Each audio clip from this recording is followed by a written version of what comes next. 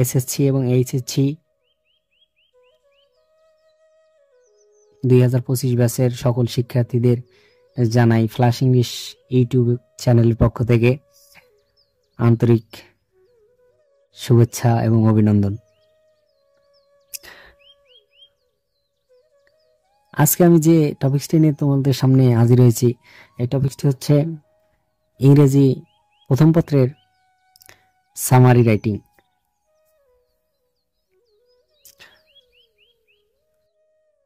Summary কিভাবে লিখতে হয়, কত ওয়ার্ডস এর মধ্যে লিখতে হবে, আর আমরা সাধারণত যেভাবে সামারি লিখে দেই এটা একদমই সঠিক নয়। তো সামারি রাইটিং এ হচ্ছে সামারিতে 10 মার্ক থাকে, একটা পেজেস দেওয়া থাকে, ফার্স্ট পার্টের একটা পেজেস দেওয়া থাকবে, এই পেজেস থেকে আমাদের একটা সামারি লিখতে হবে। তো সামারি লিখতে গেলে আমরা যখন লিখি হুবহু পেজ থেকে তুলে দেই, আমাদের হুবহু পেজ থেকে সামারি লেখা যাবে না। তো চলো আমরা সামারি কিভাবে লিখবো দেখো সেই নিয়মটা। Topics name summary writing, topics name summary writing. এখন সামারি লিখতে গেলে সামারির যে প্রথম লাইনটা, আমরা প্রথম লাইনটা লিখি। এই সামারির প্রথম লাইনটাই হচ্ছে সব থেকে গুরুত্বপূর্ণ এবং ইম্পর্টেন্ট লাইন, হচ্ছে সামারির সব থেকে ইম্পর্টেন্ট লাইনটি হচ্ছে প্রথম লাইনটা। এই প্রথম লাইনটা যদি তুমি মোটামুটি লেখো তাহলে মোটামুটি মার্ক পাবা, সাধারণভাবে লিখলে সাধারণ মার্ক পাবা, কিন্তু প্রথম লাইনটা দিতে হবে তোমাদের ফাটাফাটি। মোটামুটি দিলে হবে না, ফাটাফাটি দিতে হবে, ফাটাফাটি দিলেই ফাটাফাটি মার্ক পাবেন। প্রথম লাইনটা ফাটাফাটি দিলেই ফাটাফাটি মার্ক পাবেন। তো ইংরেজিতে একটা কথা আছে না, morning shows the day, morning shows the day, সকাল দেখেই দিন কেমন যাবে তা জানা যায়। এরকম হচ্ছে আর একটা কথা আছে যে ইংরেজিতে প্রবাদ আছে, লাভ ফার্স্ট সাইট, লাভ ফার্স্ট সাইট, প্রথম দেখায় যে ভালোবাসা হয়ে যায় আর কি এক পলকে। তো এই সামারিটার প্রথম লাইনটা হচ্ছে এরকম যে মর্নিং শোজ দ্য ডে, সকাল দেখেই যেমন দিন জানা যায়, তেমনি সামারির প্রথম লাইনটা দেখেই বোঝা যায় যে ভিতরে কি আছে। হ্যাঁ, তো দেখো সামারি কিভাবে লিখবো। প্রথমে যদি প্রথম লাইনটা যদি খারাপ লাগলে ভালো লাগার কোনো সম্ভাবনা থাকে না। প্রথম লাইনটা যদি তোমার খারাপ হয় তাহলে ভালো লাগার কোনো সম্ভাবনা থাকে না, পরবর্তীতে স্যারদের দেখার কোনো আগ্রহী থাকে না যে তোমাকে ভালো করে পড়ে দেখে মার্কটা দিবে। তো এই জন্য তোমাদের লিখতে হবে প্রথম লাইনটা দিতে হবে ফাটাফাটি, ফাটাফাটি দিলেই তোমরা ফাটাফাটি মার্ক পাবেন। দেখেন আমি প্রথম লাইনটা লেখার জন্য কিছু টেমপ্লেটস দিয়ে রেখেছি। ফার্স্ট লাইন কিভাবে লিখতে হবে, ফার্স্ট লাইন অফ সামারি, সামারির ফার্স্ট লাইন লিখতে হবে। প্রথমটা হচ্ছে দেখো, the text focuses mainly one, the text focuses mainly one, এই যে গ্যাপ দেওয়া আছে। দ্বিতীয়টা হচ্ছে দি টেক্সট ডিলস উইথ, 3 নম্বর দি টেক্সট ডিসকাসেস অ্যাবাউট, 4 নম্বর দি টেক্সট ইজ অ্যাবাউট। এই 4টা লাইনের যে কোনো একটা লাইন দিয়ে তোমরা সামারি শুরু করতে পারবা। হ্যাঁ, এই গ্যাপটাতে হচ্ছে কি লিখবা, গ্যাপটা হচ্ছে যে প্যাজেসটা দেওয়া থাকবে, যে প্যাজেসটা দেওয়া থাকবে এই প্যাজেসের সব থেকে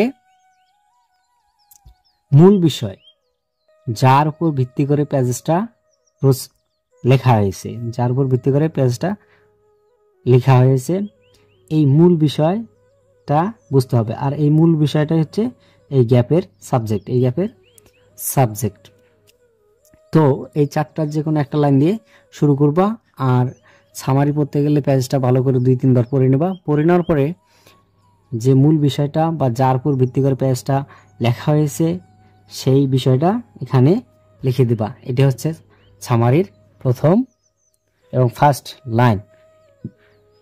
এখন একটা পেজের মধ্যে কিভাবে দেখো, তোমরা একটা সামারি লেখার সময় প্রথম লাইনটা লেখার পরে তারপরে যে লাইনগুলো শুরু করবা হুবহু পেজ থেকে দেওয়া যাবে না।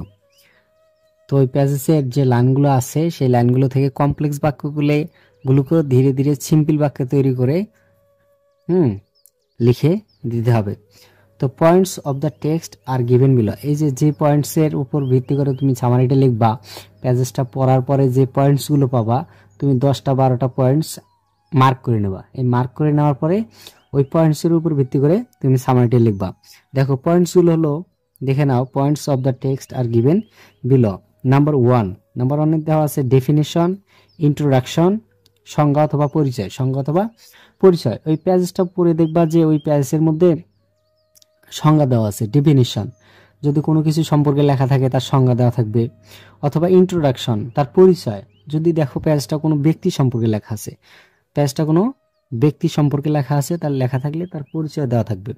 এই পরিচয় দেওয়া থাকলে তুমি ডেফিনিশন বা ইন্ট্রোডাকশন দিয়ে এই শব্দটা ব্যবহার করে তুমি একটা বাক্য বা দুইটা বাক্য তৈরি করতে পারবা।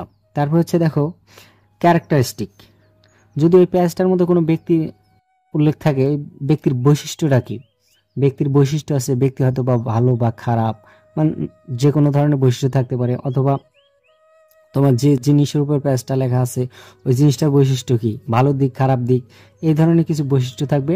এই বৈশিষ্ট্যের উপর ভিত্তি করে তুমি ক্যারেক্টারিস্টিক এই শব্দটা দিয়ে তুমি একটা দুটো বাক্য তৈরি করে দিতে পারবা। ঠিক আছে, তাহলে প্যাসেজ থেকে তোমার কোনো শব্দ হুবহু নিতে হচ্ছে না, এগুলো নতুন শব্দ দিয়ে তুমি প্যাসেজের যে মূল সামারিটা তুমি লিখতে পারবা। দেখো তারপর হচ্ছে কজ অ্যান্ড ইফেক্ট, কারণ এবং প্রভাব। এর মধ্যে আছে কারণ এবং প্রভাবও থাকে। যে কোনো প্যাসেজের মধ্যে দেখবা, এই ধরো মাদার তেরেসা কোন কারণে, মাদার তেরেসা ইসিতে আছে, মাদার তেরেসা কোন কারণে ইন্ডিয়াতে ছিল, এসে কি কি করছে, এর ইফেক্ট, এর প্রভাবটা কি, আসার পরে প্রভাবটা কি পড়ছে, হ্যাঁ, তার বৈশিষ্ট্য কি। মাদার তেরেসার বৈশিষ্ট্য আছে না, মাদার তেরেসা একজন ভালো মনের মানুষ, এটা তার বৈশিষ্ট্য। তারপর দেখো এইচএসসিতে আছে আমেরিগো, আমেরিগোর বৈশিষ্ট্য কি, আমেরিগোর বৈশিষ্ট্য হচ্ছে আমেরিগোর স্ট্রিট চাইল্ড। তারপর হলো দেখো কজ অ্যান্ড ইফেক্ট, কারণ ও প্রভাবটা কি, কোন কারণে সে রাস্তায় থাকে আমেরিগো, এবং এর প্রভাবের পরে কি হচ্ছে, তার সে রাস্তায় থাকতেছে, অনেক কষ্ট সংগ্রাম করতেছে। দেখো তারপর হচ্ছে স্ট্রাগল অ্যান্ড সরোস। দেখো আমেরিগোর জীবনে স্ট্রাগল আছে না, সংগ্রাম আছে না, সে দেখো আইসক্রিম বিক্রি করে, তার ফ্যাক্টরিতে ট্রাস্ট এগুলো সংগ্রহ করে। তারপর হচ্ছে সরো, তার অনেক দুঃখ কষ্ট রয়েছে। এই ধরনের শব্দগুলো দিয়ে তুমি দুই একটা করে সেন্টেন্স তৈরি করতে পারবা। তারপর দেখো টাইপস, ধরন, প্যাসটা কি ধরনের বা মানুষটা কোন ধরনের, জিনিসটা কোন ধরনের। তারপর হচ্ছে লাভ অ্যান্ড হেট, প্যাজের মধ্যে কোনো ভালোবাসা বা ঘৃণা আছে কিনা। তারপর দেখো ইতিহাসটা কি।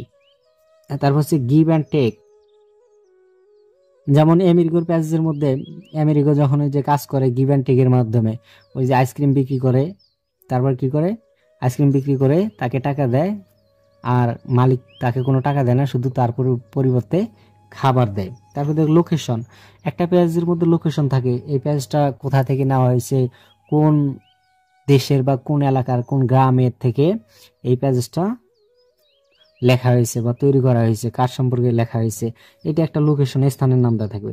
তারপর দেখো লার্ন অ্যান্ড টিচ, এখান থেকে কি কি শিখতে পারি আমরা, কি কি শিখতে পারি এবং শিক্ষা দিতে পারি, শিক্ষা দিতে পারি এবং শিক্ষা নিতে পারি। তারপর হচ্ছে সলিউশন, যদি এই প্যাসেজের মধ্যে কোনো সমস্যা থাকে, এই সমস্যার সলিউশনটা কি, সমাধানটা কি, সেই সমাধান সম্পর্কে দুই এক লাইন লিখতে পারবা। তারপর হচ্ছে দেখো ইম্পর্টেন্ট, গুরুত্বপূর্ণ, ইম্পর্টেন্ট গুরুত্বটা কি, হ্যাঁ, এই গুরুত্ব সম্পর্কে লিখতে পারবা। তারপর সলিউশন টু দ্য প্রবলেম, যে কোনো প্রবলেমে পড়লে এই প্রবলেমটা কিভাবে সমাধান করবা, হ্যাঁ, এই শব্দগুলো তোমার টানা মুখস্থ রাখতে হবে। এই শব্দগুলোর মধ্যে থেকেই তুমি দেখবা যে কোনো প্যাসেজ আসলে এইরকম তুমি লিখতে পারবা। তারপরে দেখো merit and demerit, advantage and disadvantage. তারপর সে রেজাল্ট অফ দ্য কজ, এই যে ফলাফল কি, এই কারণে ফলাফলটা কি। তারপর দেখো ট্রেডিশন, ঐতিহ্য, কোনো রকম, যেমন এই যে এসসিতে আছে পয়লা বৈশাখ, এটা আমাদের ঐতিহ্য, পয়লা বৈশাখ ট্রেডিশন সম্পর্কে লেখা। টু সাম আপ, সার কথা, তুমি সার কথা দিতে পারবা নিজের ভাষায়। সার কথা হলো একটা সারাংশ লেখার পরে এই সারাংশটা থেকে তুমি কি বুঝলা, এটা ফলাফলটা কি হলো সেটা সম্পর্কে জানতে পারবা। ঠিক আছে, তাহলে তোমাদের একটা সামারি লিখতে গেলে তোমাকে প্রথমে মনে রাখতে হবে সামারির প্রথম লাইনটা লিখতে হবে ফাটাফাটি। কারণ লাভ ফার্স্ট সাইট, প্রথম দেখায় যে ভালোবাসা হয়, এই ভালোবাসাকে কখনো ভোলা যায় না।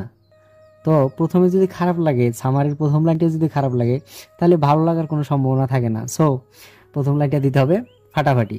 তা প্রথম লাইনটা কিভাবে দেবা, এই 4টা বাক্য আমি লিখে রেখেছি, এই 4টা বাক্য থেকে তুমি যেভাবে পারো যে কোনো একটা দিতে পারবা।